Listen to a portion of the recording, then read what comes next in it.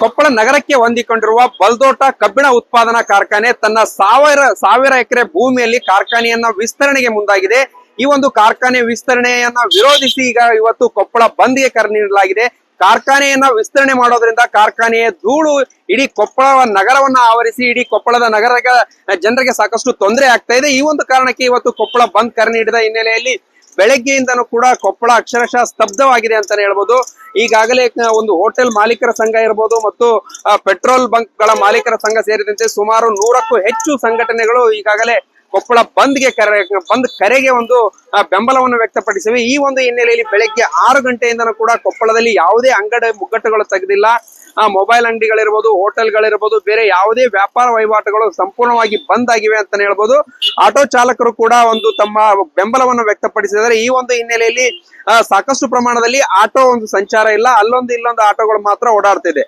ಜೊತೆಗೆ ಈ ಒಂದು ಹಿನ್ನೆಲೆಯಲ್ಲಿ ಸಾಕಷ್ಟು ಜನರಿಗೆ ತೊಂದರೆ ಆಗ್ತಾ ಇದೆ ಅಂತಾನೆ ಹೇಳ್ಬೋದು. ಜನರೀಗ ಬೇರೆ ಬೇರೆ ಊರುಗಳಿಗೆ ಏನು ಹೋಗ್ಬೇಕು, ಆ ಜನ ಬಂದು ಬಸ್ ಸ್ಟ್ಯಾಂಡ್ ನಲ್ಲಿ ಸಾಕಷ್ಟು ಪರದಾಡ್ತಾ ಇರೋ ದೃಶ್ಯವನ್ನ ನಾವು ನೋಡ್ತಾ ಇದೀವಿ. ಬೆಳಿಗ್ಗೆ 6 ಗಂಟೆಯಿಂದನೂ ಕೂಡ ಒಂದು ಬಸ್ ನಿಲ್ದಾಣದಲ್ಲಿ ಒಂದು ಬಸ್ಗಳ ಕಾರ್ಯಾಚರಣೆಯನ್ನ ಒಂದು ಅಧಿಕಾರಿಗಳು KSRTC ಅಧಿಕಾರಿಗಳು ಆರಂಭ ಮಾಡಿದ್ರು.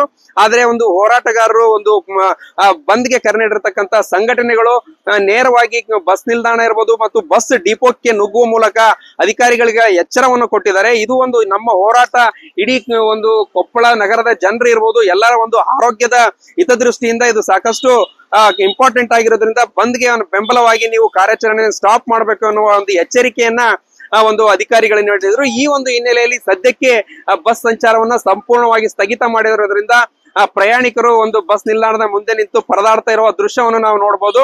ಬೇರೆ ಬೇರೆ ಕಡೆ ಹೋಗ್ತಕ್ಕಂತ ಒಂದು ಜನರು ಸಾಕಷ್ಟು ತೊಂದರೆ ಅನುಭವಿಸ್ತಾ ಇದ್ದಾರೆ. ಈಗ ವಿದ್ಯಾರ್ಥಿಗಳಿರ್ಬೋದು, ನಿನ್ನೆ ರಾತ್ರಿ 8:30 ನಂತರ DDPI ಏನು BEO ಅವರು ಒಂದು ಪ್ರಾಥಮಿಕ ಮತ್ತು ಪ್ರೌಢಶಾಲೆಗಳಿಗೆ ರಜೆಯನ್ನು ಘೋಷಣೆ ಮಾಡಿದ್ರು. ಅದರ ನಂತರ ಈಗ ಪ್ಯಾರಾಮೆಡಿಕಲ್ ಕಾಲೇಜ್ಗಳಿರ್ಬೋದು ಮತ್ತು ಬೇರೆ ಬೇರೆ ತಾಂತ್ರಿಕ ಕಾಲೇಜ್ಗಳಲ್ಲಿ ಕೂಡ ಯಾವುದೇ ರಜೆಯನ್ನು ಘೋಷಣೆ ಮಾಡಿಲ್ಲ. ಈ ಒಂದು ಹಿನ್ನೆಲೆಯಲ್ಲಿ ವಿದ್ಯಾರ್ಥಿಗಳು ಕೂಡ ಒಂದು ಬಸ್ ನಿಲ್ದಾಣದಲ್ಲಿ ಬಂದು ಪರದಾಡ್ತಕ್ಕಂಥ ದೃಶ್ಯವನ್ನು ನಾವು ನೋಡ್ತಾ ಇದ್ದೀವಿ. ಜನರು ಕೂಡ ಎಲ್ಲಿ ಬೇರೆ ಬೇರೆ ಊರುಗಳಿಗೆ ಹೋಗೋ ಜನರು ಕೂಡ ಸಾಕಷ್ಟು ಒಂದು ಇಲ್ಲಿ ಬಸ್ ನಿಲ್ದಾಣದ ಮುಂದೆ ನಿಂತು ಕಾಯ್ತಾ ಇದ್ದಾರೆ.